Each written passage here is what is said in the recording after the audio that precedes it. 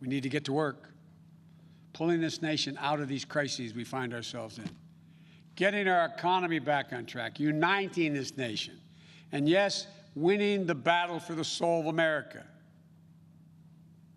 My fellow Americans, now let me introduce to you, for the first time, your next Vice President of the United States, Kamala Harris. Kamala, the floor is yours.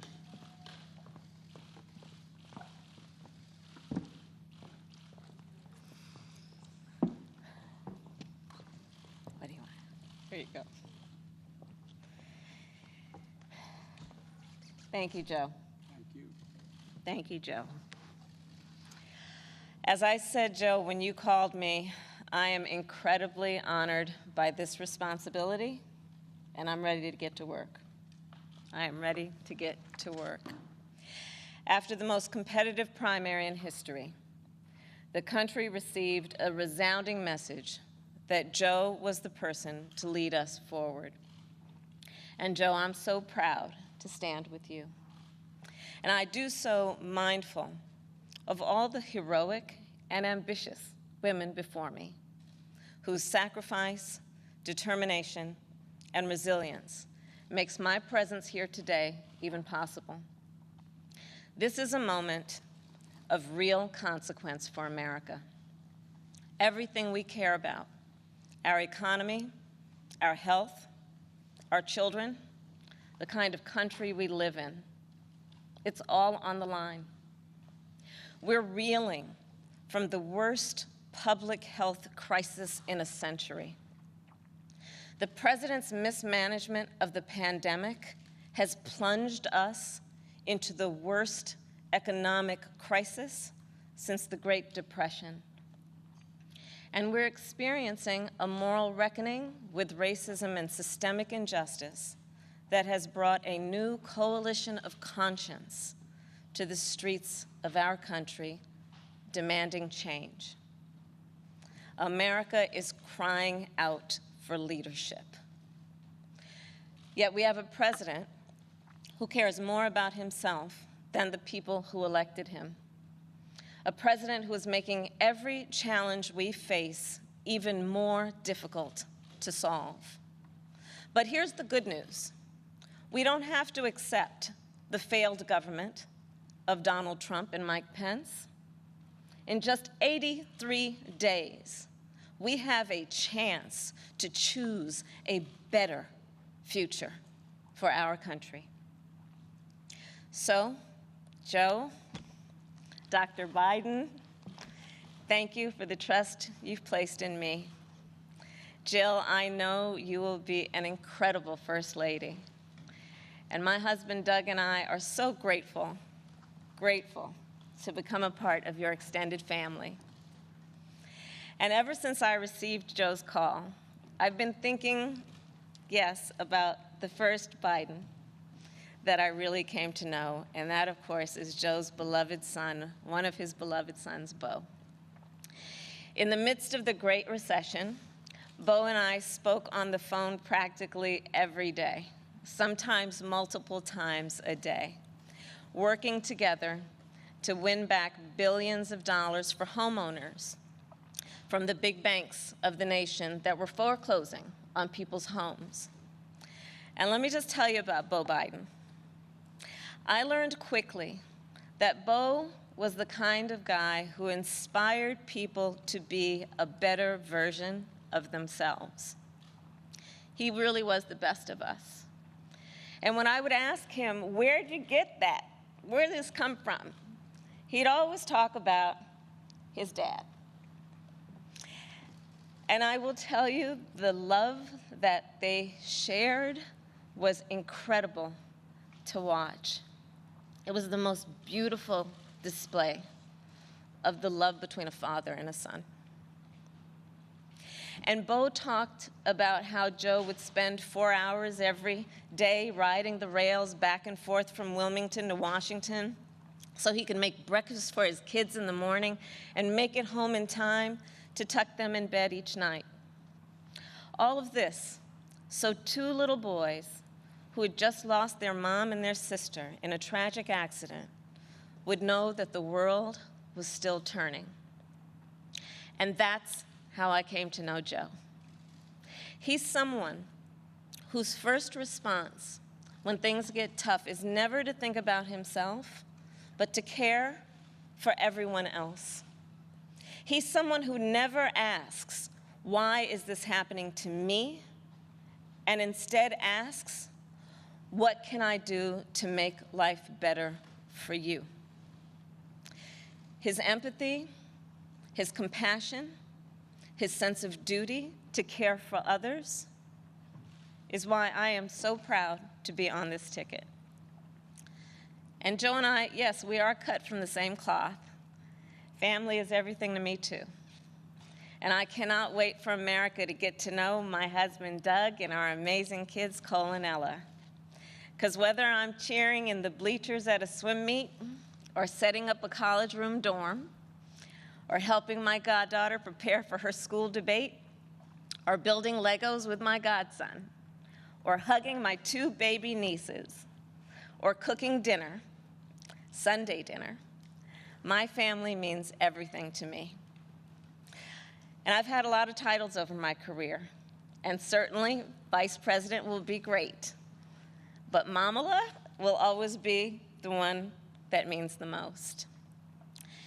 And you know, my mother and father, they came from opposite sides of the world to arrive in America, one from India and the other from Jamaica, in search of a world-class education. But what brought them together was the civil rights movement of the 1960s. And that's how they met, as students in the streets of Oakland, marching and shouting for this thing called justice, in a struggle that continues today. And I was part of it. My parents would bring me to protests strapped tightly in my stroller. And my mother, Shamala, raised my sister Maya and me to believe that it was up to us and every generation of Americans to keep on marching. She'd tell us, don't sit around and complain about things, do something. So I did something. I devoted my life to making real the words carved in the United States Supreme Court, equal justice under law. And 30 years ago, I stood before a judge for the first time, breathed deep, and uttered the phrase that would truly guide my career and the rest of my career. Kamala Harris for the people. The people, that's who I represented as district attorney, fighting on behalf of victims who needed help. The people, that's who I fought for as California's Attorney General, when I took on transnational criminal organizations who traffic in guns and drugs and human beings. And it's the people who I have fought for as a United States Senator, where I've worked every day to hold Trump officials accountable to the American people. And the people are who Joe and I will fight for every day in the White House. And let me tell you, as somebody who has presented my fair share of arguments in court, the case against Donald Trump and Mike Pence is open and shut. Just look where they've gotten us. More than 16 million out of work. Millions of kids who cannot go back to school. A crisis of poverty, of homelessness, afflicting Black, brown, and indigenous people the most. A crisis of hunger, afflicting 1 in 5 mothers who have children that are hungry. And tragically, more than 165,000 lives that have been cut short. Many with loved ones who never got the chance to say goodbye. It didn't have to be this way. 6 years ago, in fact, we had a different health crisis. It was called Ebola. And we all remember that pandemic. But you know what happened then? Barack Obama and Joe Biden did their job. Only 2 people in the United States died. 2. That is what's called leadership.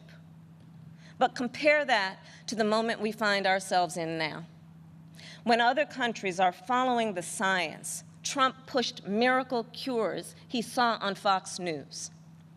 While other countries were flattening the curve, he said the virus would just, poof, go away, quote, like a miracle. So when other countries opened back up for business, what did we do? We had to shut down again.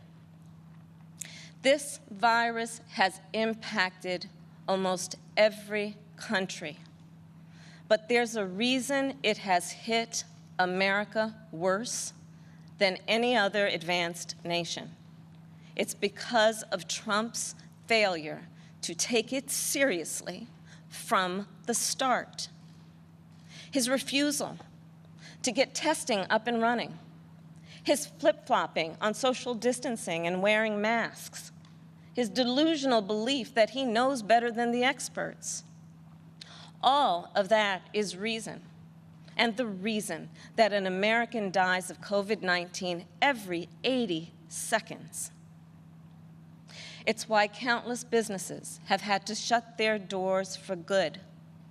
It's why there is complete chaos over when and how to reopen our schools.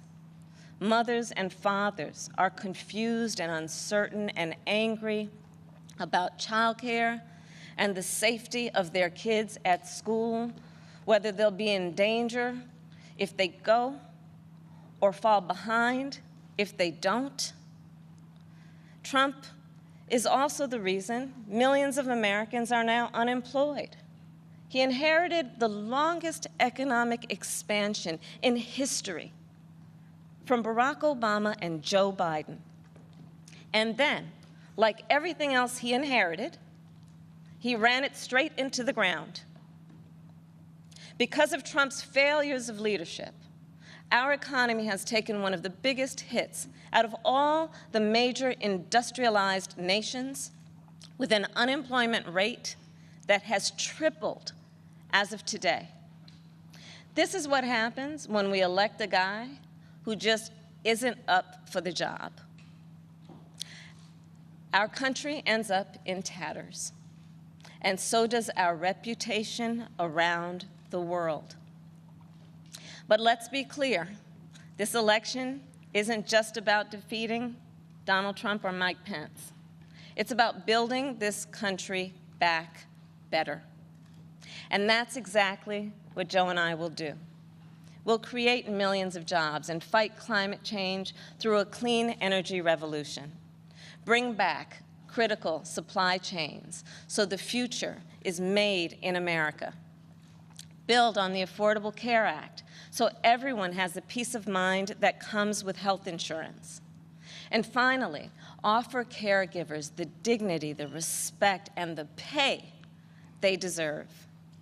We'll protect a woman's right to make her own decisions about her own body, root out systemic racism in our justice system, and pass a new Voting Rights Act, a John Lewis Voting Rights Act, that will ensure every voice is heard and every voice is counted. The civil rights struggle is nothing new to Joe. It's why he got into public service. It's why he helped reauthorize the Voting Rights Act and restore unemployment discrimination and employment discrimination laws. And today, he takes his place in the ongoing story of America's march toward equality and justice as the only who has served alongside the first black president and has chosen the first black woman as his running mate. But as Joe always points out, this election is about more than politics. It's about who we are as a country. And I'll admit, over the past 4 years, there have been moments when I have truly worried about our future.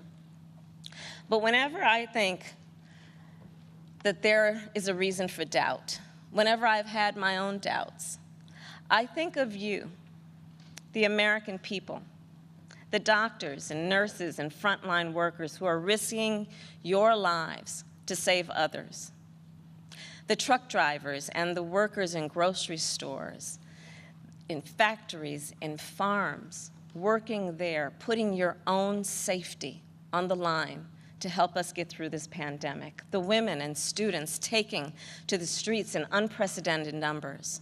The dreamers and immigrants who know that families belong together. The LGBTQ Americans who know that love is love. People of every age and color and creed who are finally declaring in one voice that yes, Black lives matter. All across this country, a whole new generation of children is growing up hearing the cries for justice and the chants of hope on which I was raised, some strapped into strollers of their own. And trust me, it's a song you'll never forget. So to everyone keeping up the fight, you are doing something. You are doing something great. You are the heroes of our time. And you are the reason I know we are going to bring our country closer to realizing its great promise.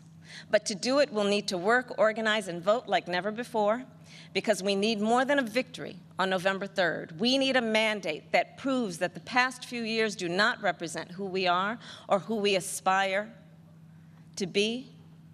Joe likes to say that character is on the ballot, and it's true. When he saw what happened in Charlottesville 3 years ago today, he knew we were in a battle for the soul of our nation. And together with your help, that's a battle we will win. Earlier this year, I said I'd do whatever Joe asked me to do. And so now I'm asking you to do the same. So visit joebiden.com to get involved in this campaign and vote, because electing Joe Biden is just the start of the work ahead of us. And I couldn't be prouder to be by his side, running to represent you, the people. Thank you, and may God bless the United States of America. Thank you.